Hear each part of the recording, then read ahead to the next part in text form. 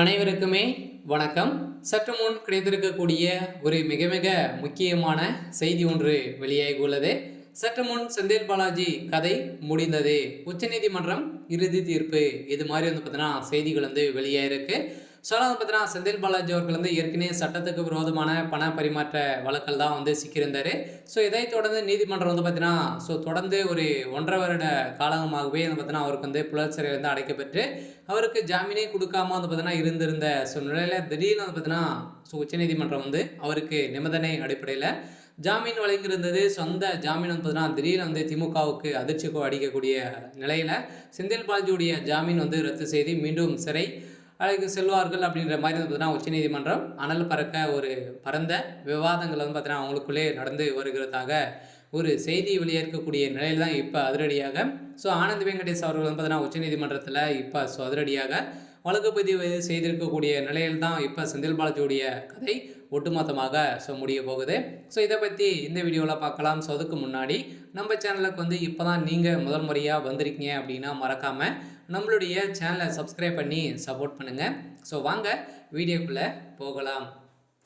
ஏற்கனவே செந்தில் பாலாஜி அவர்கள் அவருடைய தம்பி அசோக்குமார் அவர்கள் அனைவரையுமே பார்த்தீங்கன்னா இதில் இதனுடைய வழக்கில் முக்கிய புள்ளியாக இருந்தாங்க.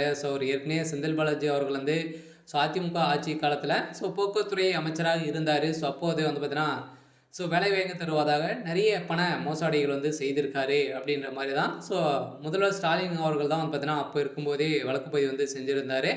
இந்த வழக்கு பதிவின் அடிப்படையிலும் திமுக 30,000 கோடி ஊழல் மெகா ஊழல் நடந்திருக்கு அப்படின்ற மாதிரி தொடரப்பட்ட வழக்கிலும் சிக்கியிருந்தார். இதைத் தொடர்ந்து 3,000 பக்கங்கள் கொண்ட குற்றப்பத்திரிக்கை பார்த்தீங்கன்னா இவருக்கு எதிராக அமலாக்கத்துறையால் தாக்கல் செய்யப்பட்டிருந்த நிலையில் இப்போ அமலாக்கத்துறையும் பார்த்தீங்கன்னா செந்தில் பாலாஜி மீது மீண்டும் இவருடைய வழக்கை மறு ஆய்வுக்கு எடுத்துக்கொள்ளணும் அப்படின்ற மாதிரி தான் இப்போ வெளியேறக்கூடிய செய்தியால் செந்தில் பாலாஜியுடைய கதை முடிய போகுது. அதனால் உச்சநீதிமன்றத்தில் தீர்ப்பு வழங்கக்கூடிய நிலையை தான் பார்த்தீங்கன்னா மீண்டும் இவருடைய ஜாமீன் வழக்கு ரத்து செய்யப்படும் அப்படின்ற மாதிரி தான் தகவல் வெளியாக இருக்குது. அதனால் செந்தில் பாலாஜி அவர்கள் பார்த்தீங்கன்னா கதறி கதறி அழுந்த சம்பவம் பெரும் பரபரப்பை ஏற்படுத்தியிருக்கு.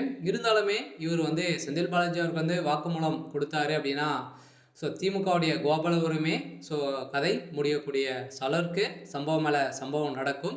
இருந்தாலுமே மீண்டும் மீண்டும் பார்த்தீங்கன்னா செந்தில் பாலாஜி அவர்கள் இப்போ சட்டத்துக்கு விரோதமான மின்சாரத்துறை துறையில் பார்த்தீங்கன்னா 40,000 கோடி ஊழல் மெகா ஊழல் நடந்திருக்கு அப்படின்ற மாதிரி தான் திமுக இருக்கக்கூடிய கூட்டணி வைத்திருக்கக்கூடிய ராமதாஸ் அவர்கள் பார்த்தீங்கன்னா குற்றச்சாட்டுகள் சொல்லியிருந்த நிலையில் தான் இப்போ மீண்டும் மீண்டும் செந்தில் பாலாஜியுடைய தலையில் ஒரு மிகப்பெரிய இடியாக தான் விழுந்திருக்கு.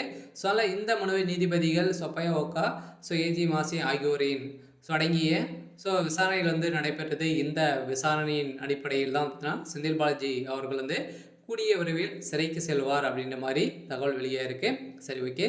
எனக்கான அப்டேட் இதுதான். மறக்காமல் நம்மளுடைய சேனலை சப்ஸ்கிரைப் பண்ணி சப்போர்ட் பண்ணுங்கள். தேங்க்யூ.